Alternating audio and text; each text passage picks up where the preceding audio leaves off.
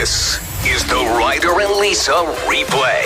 Brought to you by Southtown Hyundai. Check out the Southtown Hyundai Advantage at southtownhyundai.ca. It is time for Radio Shark Tank. This is where Lisa and I will both pitch you business ideas. You get to play the role of the shark and let us know who you'd rather invest with your fake money. Hey, sharks. I'm Lisa Evans. I'm curious if you've ever pulled off a hangnail or fingernail, but there wasn't a garbage nearby. And you aren't a garbage person that just throws it on the floor for someone else to cut their foot on. This is a problem that we think is getting out of hand. You've heard of a handbag, but now we want to introduce to you the nail bag. This cutting-edge invention is a cute little clip-on bag that you can safely store all of your fingernails in. You can empty it as soon as you get near a garbage bin, and it comes in an array of colors. It's also a matte bag, so no one can see the articles inside. We think we've hit the nail on the head with this one. So what do you say, sharks? Are you ready to safely discard your Cheeto-filled nails into the nail bag? Invest with us today.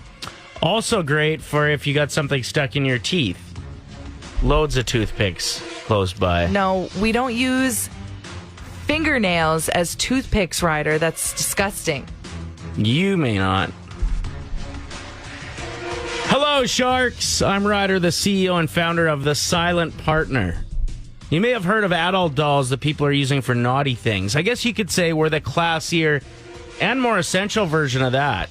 Have you recently lost an argument with your special someone that you'd like to take another run at? Set up your silent partner and yell at that doll until you're all out of things to say.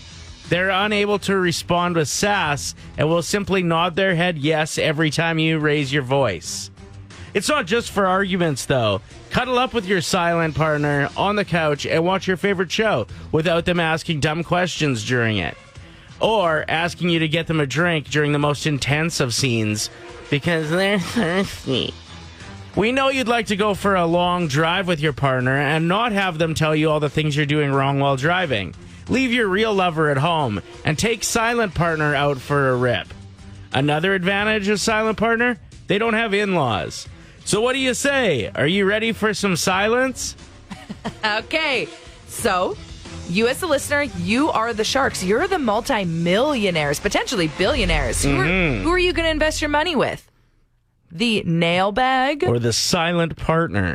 Men pretending to be wealthy is a really big thing in pop culture right now. But there's also women. That new Netflix show, Discovering Anna, she convinced people that she was rich and she was just taking money from people. Yeah, and that Tinder swindler. Yes, which, by the way, always makes me think of the British actress Tilda Swinton. Every time people talk about the Tinder swindler, I'm like, yeah, she was in Narnia. I remember her. But no, it is about a guy who dated a bunch of women at the same time, pretended he was rich, that he owned a private jet, that his family came from a really rich jewelry company or a diamond company, and he was full of it. He had no money at all. I need $25,000. And these women who had only been dating him for a couple weeks were like, okay. They're just like taking out credit cards to just give him more money to get him out of the funk. Yeah, it's a really wild show. Give it a go. But so there's that. And then Joe Millionaire is one of the most popular reality TV shows right now, where there are two guys, one from wealth, one who isn't, and the women don't know who's who as they're like falling in love with one or the other. So there's another guy who's kind of pretending he has lots of money. Yeah. But he doesn't. So I wanted to see if this has ever happened to any of our listeners. You're not convinced it's a real life issue? I think it's few and far between. I don't know if we'll have anybody reach out to us and say, oh yeah, I dated someone that pretended to be someone they weren't. Well, maybe not full out like someone they weren't, but like pretended that they were pretty well off, and then you find out like how much debt they're in. Like that's tricky stuff, because you don't really get to like see someone's bank account. You could be, 3-4 years into a relationship and you still just trust what they're telling you about their finances. let's prove Lisa wrong. Have you ever dated somebody that was like lying about their finances to you? Or their life in general. So Lindsay just wrote in saying, I'm sorry, I don't feel sorry for any of these women that are on the Tinder swindler at all. If a guy asked me for $25,000, that's a huge red flag and I'd be out.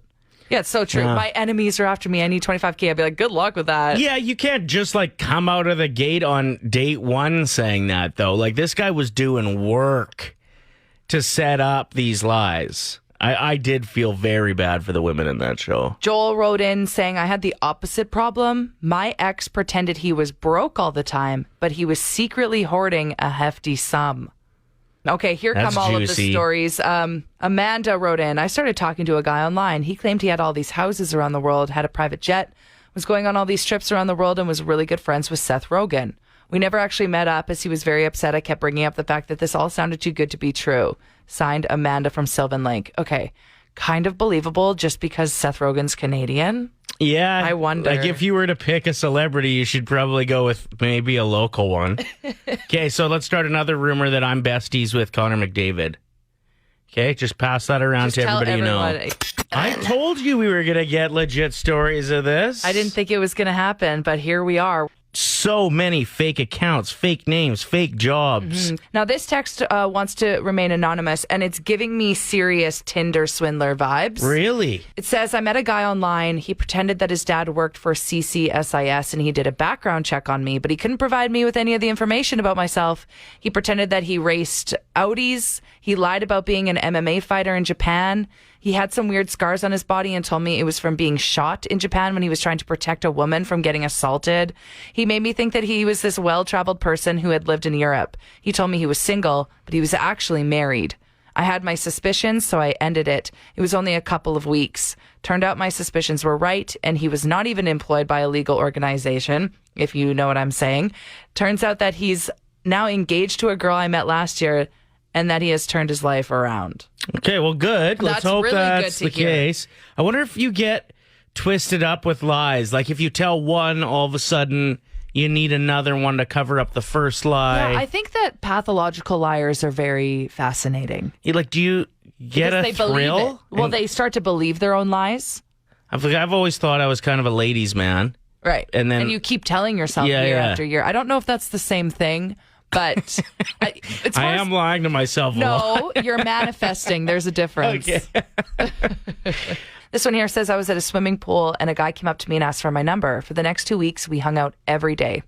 I dropped him off at his parents' house, went out for dinner, walked around, didn't think anything of it. At the 2-week mark, I got a call and they said, is this a personal or a work number? I said, it's my personal number. Turns out it was his wife saying, please leave my husband alone. This text here to 780-784-7107 says, I had $20,000 stolen from me through Forex by a friend. We had a lot of friends in common.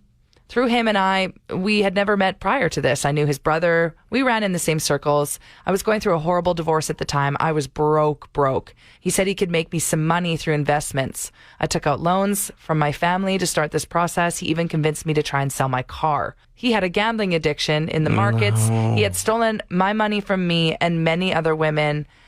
Just shy of $300,000. I took him to court, but I never saw my money back.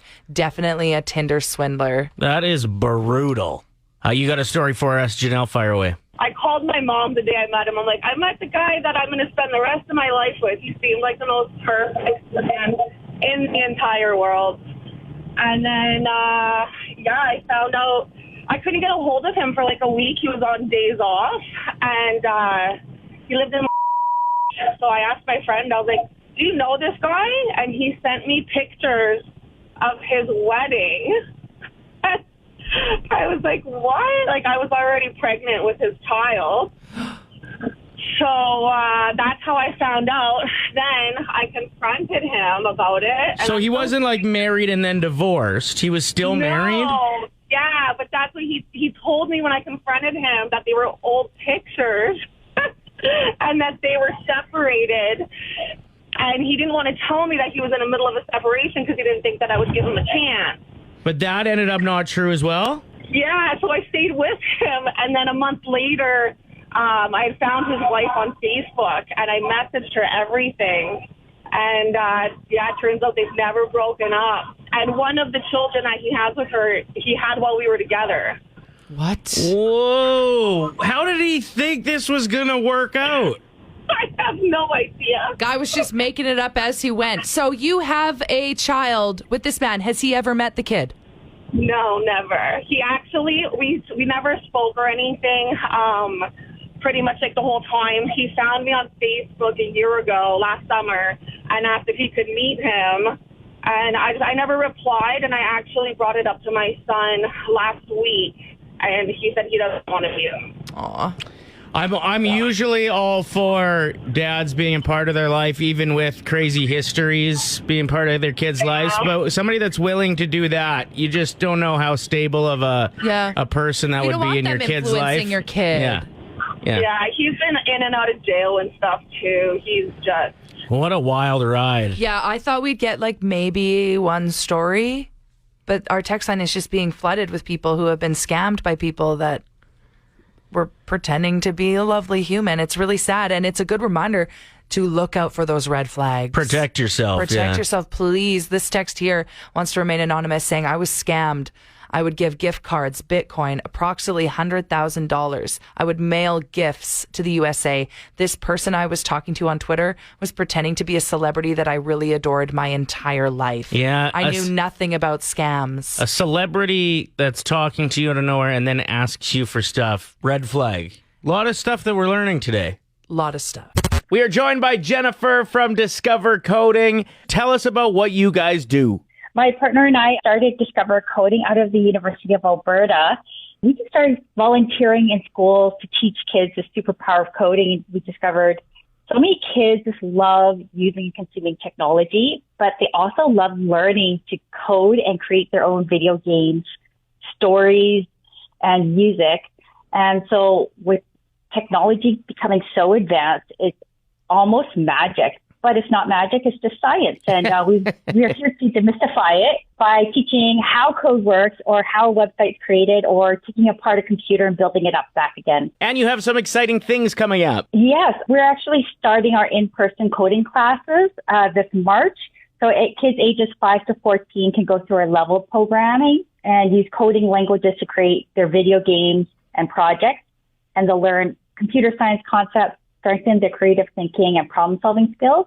And they also get to tinker with like hands-on robotics and STEM toys to learn about circuitry or how a computer works. And then teachers' conventions coming up. So if you have a kid who loves Minecraft or Roblox, we have day camps to teach them coding and designing games through their favorite game. We have those camps over spring break as well. Perfect. So if people are listening right now and they want to find out more information on this, where can they find you, Jennifer? Yeah, they can come to our website at discovercoding.ca. Ryder and Lisa. Brought to you by Southtown Hyundai. Play 107.